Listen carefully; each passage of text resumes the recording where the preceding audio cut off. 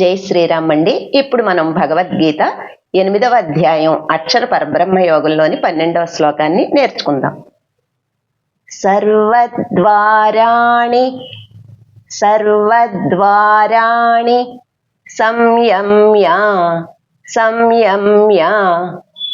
మనోహృది నిరుధ్య చ మూర్ధ్న్యాధ యాత్మనః ప్రాణం ఆస్థితో యోగధారణం. ఇక్కడ పదాలుగా విడదీసినప్పుడు మూర్ధ్ని ఆధాయ ఆత్మనః, మూర్ధ్ని ఆధాయ ఆత్మనః. ఇప్పుడు మళ్ళీ సర్వద్వారాణి సంయమ్య మనోహృది నిరుధ్య చ మూర్ధ్న్యాధ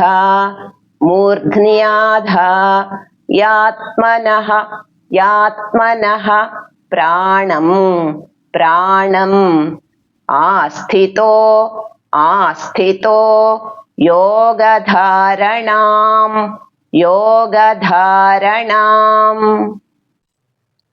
ఇప్పుడు ఈ శ్లోకాన్ని ఒక్కొక్క లైను నేను 2 సార్లు చెప్తానండి. మొదటిసారి మీరు విని రెండోసారి నాతో పాటు చెప్పండి.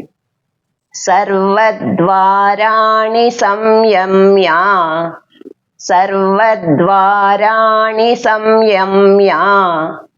మనోహృది నిరుధ్య చ మూర్ధ్న్యాధాయాత్మనః ప్రాణం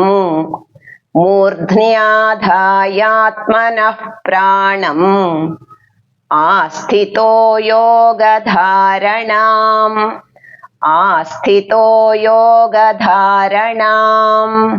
ఇప్పుడు మళ్ళీ సర్వద్వారాణి సంయమ్య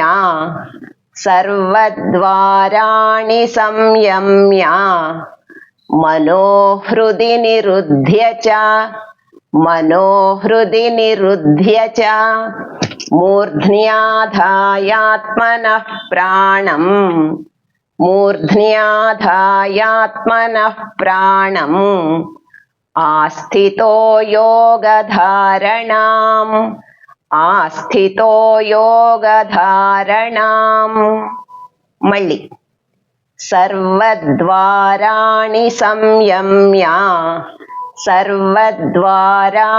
సంయమ్య మనోహృది నిరుధ్య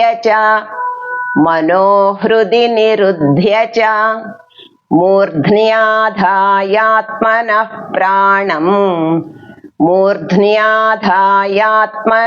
ప్రాణం ఆస్థితో యోగధారణం.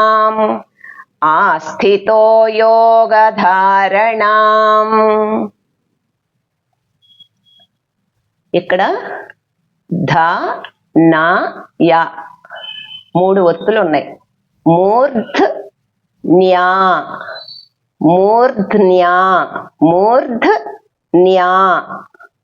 మూర్ధ్న్యా అని పలకాలి. మూర్ధ్న్యాధ అని. ఇప్పుడు ఈ శ్లోకాన్ని 3 సార్లు నేను చెప్తానండి, మీరు కూడా నాతో పాటు చెప్పండి. సర్వద్వారాణి సంయమ్య మనోహృది నిరుధ్య చ మూర్ధ్న్యాధాయాత్మనః ప్రాణం ఆస్థితో యోగధారణం. సర్వద్వారాణి సంయమ్య మనోహృది నిరుధ్య చ మూర్ధ్న్యాధాయాత్మనః ప్రాణం ఆస్థితో యోగధారణం.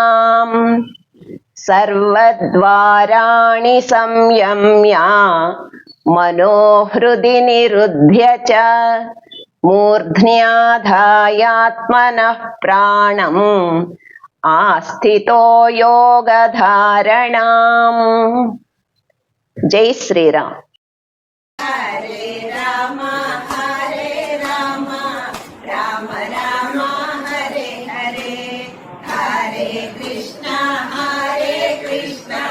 కృష్ణ కృష్ణ హరే